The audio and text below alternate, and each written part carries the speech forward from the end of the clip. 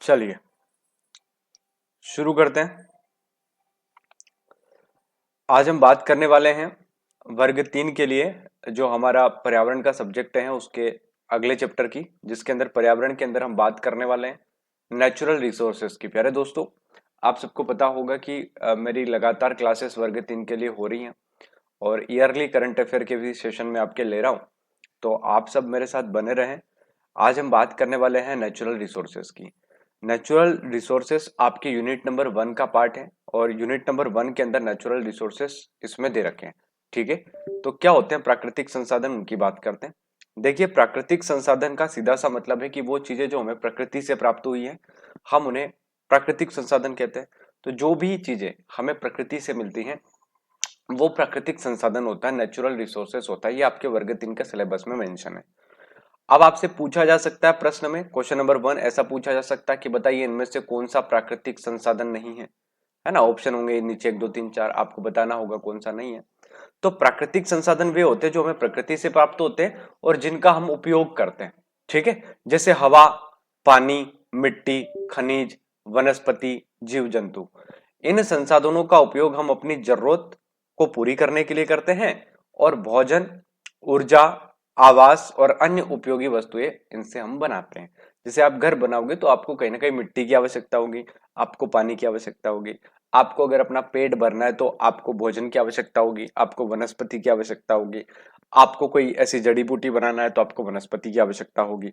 तो कहने का मतलब यह है कि जब हम प्राकृतिक संसाधनों की बात करते हैं, जब हम नेचुरल रिसोर्सेस की बात करते हैं, तो नेचुरल रिसोर्सेस वे होते हैं जो हमें प्रकृति से प्राप्त होते हैं।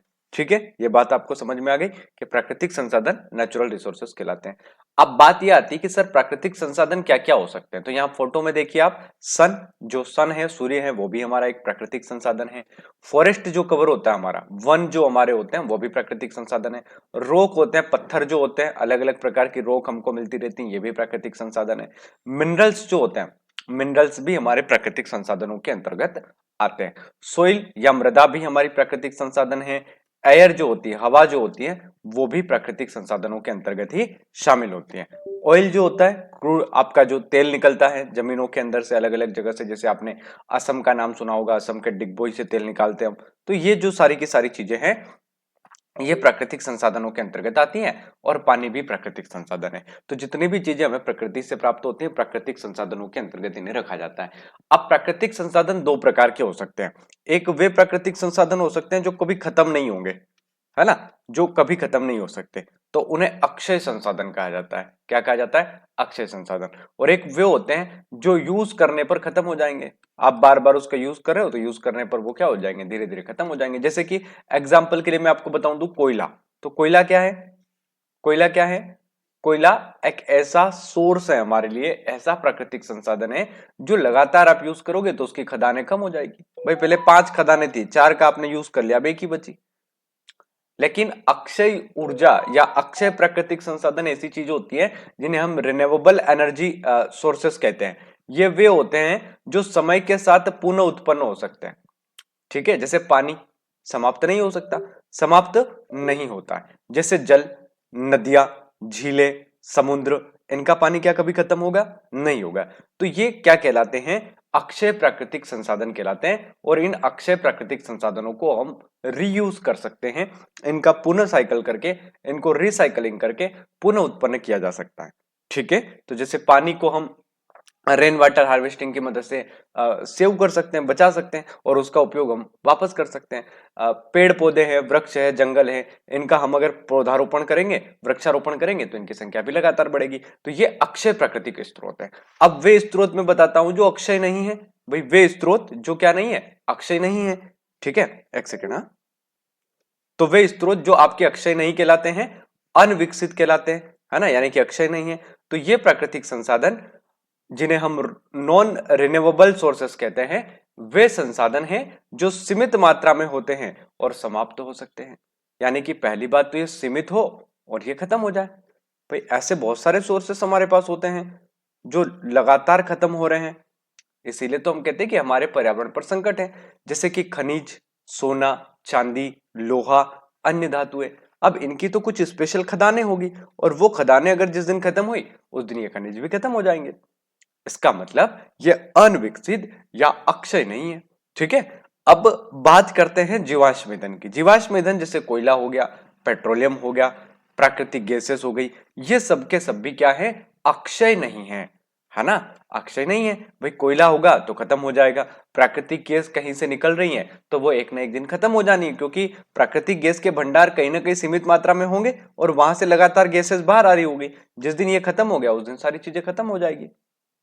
तो जीवाश्म ईंधन जो होते हैं वो भी अक्षय नहीं कहलाते। तो ये प्राकृतिक संसाधनों के बारे में दो चीजें आपको पता चली। अब हम सर प्राकृतिक संसाधनों का संरक्षण कैसे कर सकते हैं, क्योंकि हमारा जो सिलेबस है उस सिलेबस के अंदर जब हम एनवायरमेंट को शुरू किए थे सर, तो आपने कहा था कि सर एनवायरमेंट के अंदर हम यूनिट वाइज पढ़ रहे हैं। तो ये पहली ही यूनिट चल रही है, आज पहली यूनिट हमारी समाप्त हो जाएगी। इसमें 7 लेक्चर हमने लिए हैं। पुराने लेक्चर आपने नहीं देखे तो आप जरूर देखिए। मैं फिर आपसे कह रहा हूं कि वर्ग 3 के लिए जो हमारी क्लासेस शुरू हो रही है, 30 आउट ऑफ 30 नंबर हम लेकर आएंगे हर क्लास में, ये बोलता हूं मैं आपको। और वर्ग 3 की स्पेशल क्लासेस पूरा सिलेबस आपको कंप्लीट करवाएगी। बस आपको कमेंट करना है कैसी क्लासेस लग रही हैं, आपको सेशन को लाइक करना है, अपने इष्ट मित्रों के साथ इसको शेयर करना है। ठीक है, तो वर्ग 3 एग्जाम के पहले पूरा का पूरा सीडीपी भी, आपका ईवीएस भी, या जो आप कहते हो इसको इकोलॉजी या इन्वायरमेंट भी, आपका हिंदी भी, आपका संस्कृत भी, ये सारी की सारी चीजें मैं करवाने वाला हूं। ठीक है, तो प्राकृतिक संसाधनों का संरक्षण जो होता है, तो इनका कंजर्वेशन आप कैसे कर सकते हो, इनको बचा कैसे सकते हो। तो पहली बात तो सर आप कैसे बचाओगे, तो प्राकृतिक संसाधनों को सुरक्षित और लंबे समय तक उपलब्ध करने के लिए इनके संरक्षण की आवश्यकता होती है। इसीलिए हम कहते हैं भाई पानी हमको बचाना चाहिए।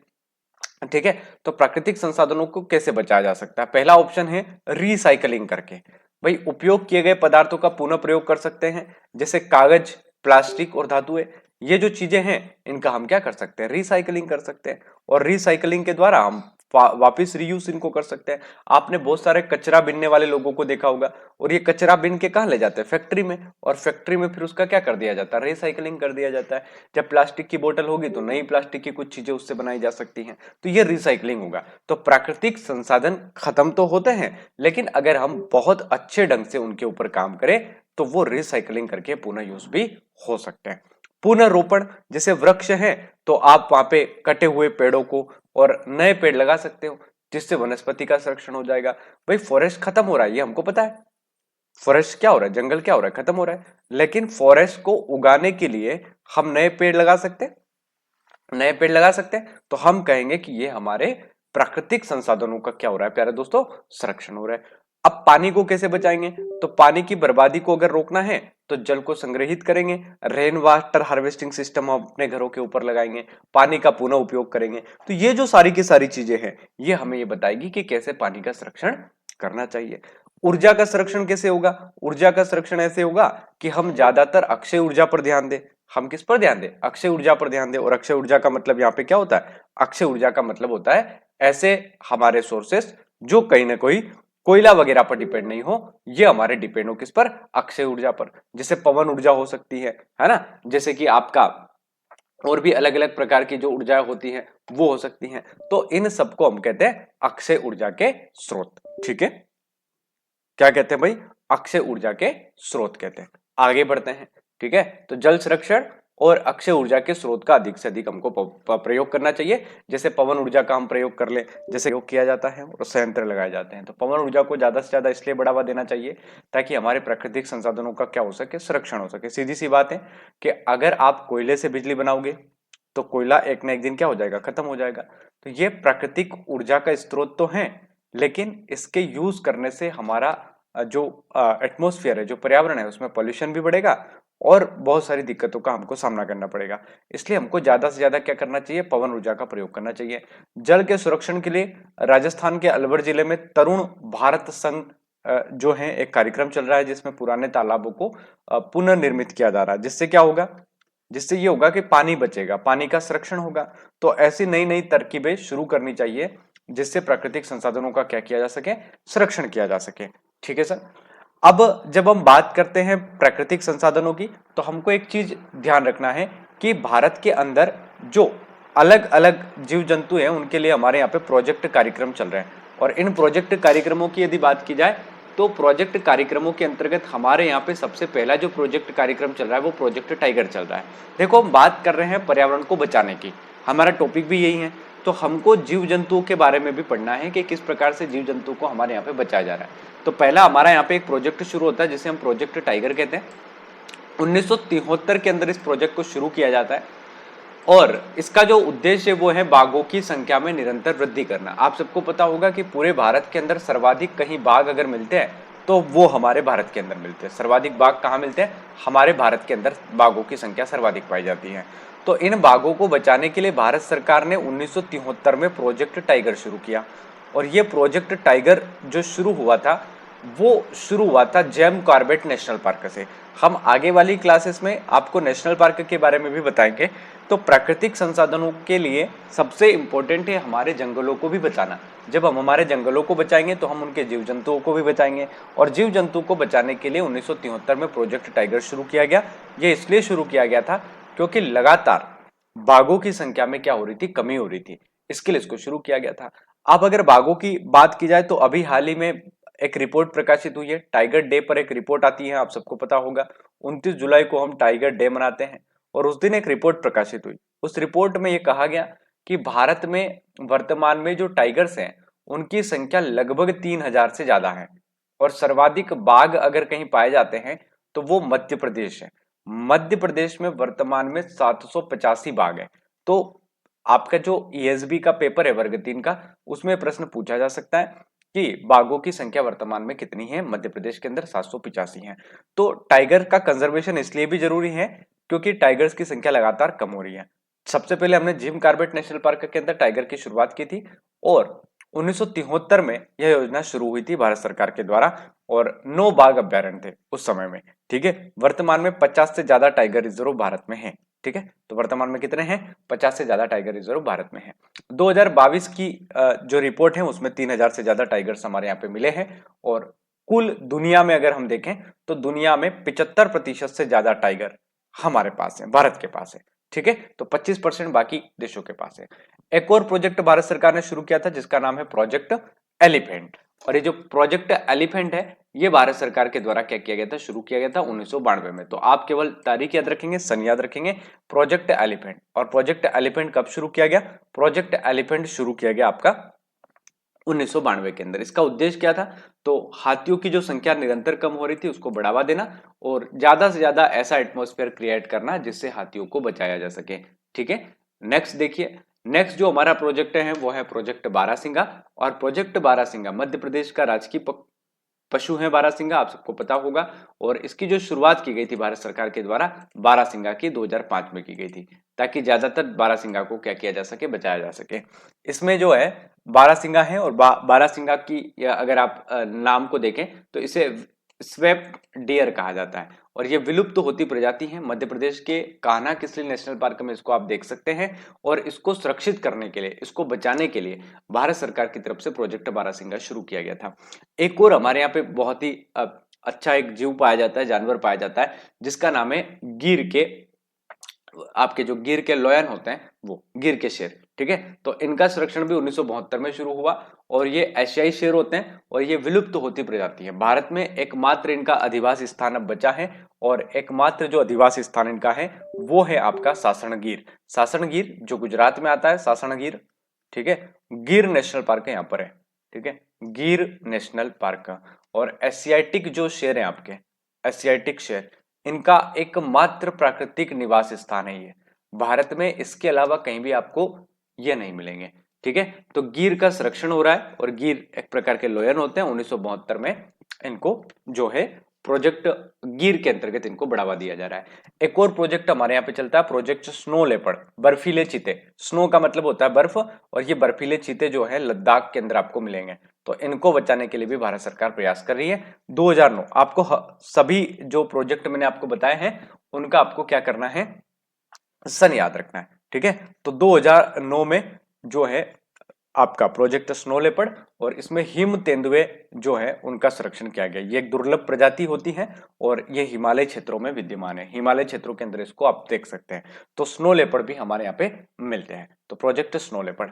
अब मैंने आपको प्राकृतिक संसाधनों के बारे में बताया था, तो कुछ प्राकृतिक संसाधन जो हैं उनकी हम बात कर लेते हैं। ठीक है, तो सबसे पहले प्राकृतिक संसाधनों के अंतर्गत हम कोयले को देखते हैं। तो कोयला कहाँ कहाँ भारत में मिलता है और किस प्रकार से हम कोयले को देके आगे बढ़ सकते हैं। ठीक है, तो सबसे पहले अपन बात करेंगे कोयले की। ठीक है, तो कोयले के बारे में मैं आपको फटाफट से बता देता हूं कि भारत में कोयला क्षेत्र कहाँ कहाँ पर है, और ये तांबा वगैरह भी अपन पढ़ेंगे क्योंकि ये हमारा टॉपिक इसके बाद वाला है, इसलिए पहले हम पढ़ेंगे कोयले को। ठीक है, तो कोयला जितना भी आपको मिलता है उसकी अपन बात कर लेते हैं। ठीक है, तो मैं यहाँ ब्लैंक स्लाइड पे आपको सारी की सारी चीजें समझा देता हूँ। देखिए, कोयले की यदि हम बात करते हैं तो कोयला भारत के अंदर 2-3 जगह पर मुख्य रूप से पाया जाता है, और उसके अंदर आपको प्रमुख रूप से जो कोयला मिलता है वो मिलता है आपकी जो चट्टानें होती हैं उन चट्टानों के अंदर, और वो चट्टानें होती है गोंडवाना क्रम की चट्टानें। गोंडवाना क्रम की चट्टानों में कोयला आपका मिलता है, और कोयले के जो प्रमुख क्षेत्र हैं वो आपको यहाँ पर दिखेंगे। ये जो पूरा मैप है इसमें आपके अंदर ये छोटा नागपुर का पठार है, इस छोटा नागपुर के पठार के आसपास आपको कोयला क्षेत्र दिखता है। कोयला में प्रमुख रूप से एक कोयला पाया जाता है जिसको कहते हैं हम एंथ्रासाइट कोयला। ये सबसे उत्कृष्ट किस्म का कोयला होता है, यानी कि ये सबसे अच्छा कोयला है, इससे अच्छा कोई कोयला नहीं है। ठीक है, दूसरा जो सबसे उत्कृष्ट कोयला होता है वो होता है आपका बिटुमिनस कोयला, जो भारत में सबसे ज्यादा होता है, बिटुमिनस कोयला। तो याद रखना, बिटुमिनस कोयले की मात्रा भारत में सबसे ज्यादा होती है, लेकिन ये दूसरे नंबर पे सबसे अच्छा कोयला है। ठीक है, तो एंथ्रासाइट कोयला बहुत अच्छा होता है, उत्कृष्ट कोयला होता है, और ये भारत में सबसे ज्यादा मिलता है। कैसे याद रखोगे भाई, एंथ्रासाइट कोयला जो है इसकी मात्रा जो है वो कम मिलती है, लेकिन ये सबसे उत्कृष्ट है ना, तो ऐसे आप याद रख सकते हो। और बिटुमिनस कोयला जो होता है ये भारत में सबसे ज्यादा मिलता है, लेकिन ये सेकंड नंबर पे सबसे अच्छा कोयला माना जाता है, उत्कृष्ट कोयला माना जाता है। अब भारत में जो कोयला क्षेत्र आपको मिलते हैं वो एक तो छोटा नागपुर के पठार में मिलते हैं, जहां पे दामोदर नदी बहती है, दामोदर नदी घाटी, और इसीलिए इस दामोदर नदी को जैविक मरुस्थल भी कहा जाता है। क्या कहा जाता है? जैविक मरुस्थल। उसके अलावा आपको कोयला ये मेघालय और इसके आसपास वाले क्षेत्रों में मिलता है। ठीक है, ये सी, ये कोल जो आपको दिख रहा है ये कोल लिखा हुआ है, तो जहां जहां सी लिखा है ना वहां आपको कोयला मिलेगा। ये मध्य प्रदेश का इलाका है, यहां पर भी आपको कोयला मिलता है। मध्य प्रदेश छत्तीसगढ़ का पूरा बेल्ट है, इसमें सीधी, सिंगरौली, ये सारे के सारे इलाके आते हैं। अगर आप नीचे वाले इलाकों में जाओगे तो यहाँ पर आपको कोयला वगैरह मिल जाएगा। ये उड़ीसा का क्षेत्र है ना, इसमें तालचर क्षेत्र पाया जाता है, तो यहाँ पर भी आपको कोयला मिलता है। तो कोयले के बारे में बेसिक बेसिक बातें आपको पता होना चाहिए कि कोयला एक थर्मल एनर्जी का स्रोत है। भारत के अंदर जब बिजली आती है आपके घर में, तो आपके घर की जो लाइट होती है, बिजली जो होती है, उसमें 65% तक योगदान कोयले का होता है। तो आपके घर में आने वाली बिजली में सबसे महत्वपूर्ण योगदान किसका है? कोयले का है। आपके घर की बिजली कोयले से बनती है। ठीक है, और सेकंड नंबर पे हमारे यहाँ पे हाइड्रा एनर्जी आती है। हाइड्रा एनर्जी का मतलब होता है पानी से बिजली बनना। बड़े बड़े बांध पर टरबाइन लगाकर जब हम बिजली पैदा करते हैं तो उसे हाइड्रा एनर्जी कहा जाता है, और ये जल विद्युत परियोजनाओं के माध्यम से आपके घरों तक पहुंचती है। तो कोयला जो है हमारे जीवन के लिए काफी इंपॉर्टेंट है, क्योंकि इलेक्ट्रिसिटी का सबसे बड़ा सोर्स हमारे यहाँ पे आज भी कोयला ही है। लेकिन ये अक्षय ऊर्जा नहीं है, ये पॉल्यूशन करती है, इसमें खर्चा बहुत ज्यादा होता है, और इस वजह से कोयला निरंतर खत्म होता जा रहा है। भाई जितनी मैंने खदानें आपको बताई ये एक ना एक दिन खत्म हो जाएगी, और जिस दिन खत्म हो गई उस दिन फिर हमको क्या करना पड़ेगा? दूसरी चीजों पर जाना पड़ेगा। इसीलिए हमारी सरकार ने कोयला के साथ साथ वर्तमान में पवन ऊर्जा पर भी बल दिया है, और साथ ही साथ हमने आपके सौर ऊर्जा पर भी बल दिया है। तो आने वाले जो हमारे लेक्चर्स होंगे उसके अंदर हम इनकी बात करेंगे। ठीक है, हम पर्यावरण अध्ययन को कवर कर रहे हैं वर्ग 3 के लिए, और संपूर्ण क्लासेस आपको यहाँ पे मिलती हैं, और अभी तक मैंने 6 से 7 लेक्चर इस पे डाल दिए हैं, और 6 से 7 लेक्चर अगर आपने नहीं देखा है तो प्लेलिस्ट में जाके आप उनको देख सकते हैं। वर्ग 3 पर्यावरण अध्ययन यूनिट 1 खत्म हो चुकी है, कल से हम यूनिट 2 को शुरू करेंगे, और इसके अंदर और भी लेक्चर्स आपको मिलते रहेंगे। प्रैक्टिस सेशंस भी मैं कभी कभी इसमें लेता हूं, तो क्वेश्चंस आंसर के फॉर्म में भी हम इन चीजों को पढ़ेंगे। मुझे लगता है कि पहले हमें थ्योरी पढ़ना चाहिए, और फिर एक आध मैराथन के अंदर हम पूरी के पूरी यूनिट के सारे क्वेश्चंस लगा लेंगे। तो आप चैनल को सब्सक्राइब जरूर कर लें, इसको लाइक जरूर कर लें, और अपने मित्रों के साथ शेयर जरूर कर लें, ताकि ज्यादा से ज्यादा वीडियो आप तक पहुंचे। और जो एनटीपीसी वाले हैं, जो रेलवे वाले हैं, वो स्टूडेंट भी ध्यान दें, स्पीडी करंट अफेयर जो पूरा का पूरा ईयरली करंट अफेयर का सेशन है वह मैं लगातार अपलोड कर रहा हूं, तो वो भी जाके आप प्यारे दोस्तों देख सकते हैं। ठीक है, तो बहुत बहुत धन्यवाद आप लोगों का। जय हिंद।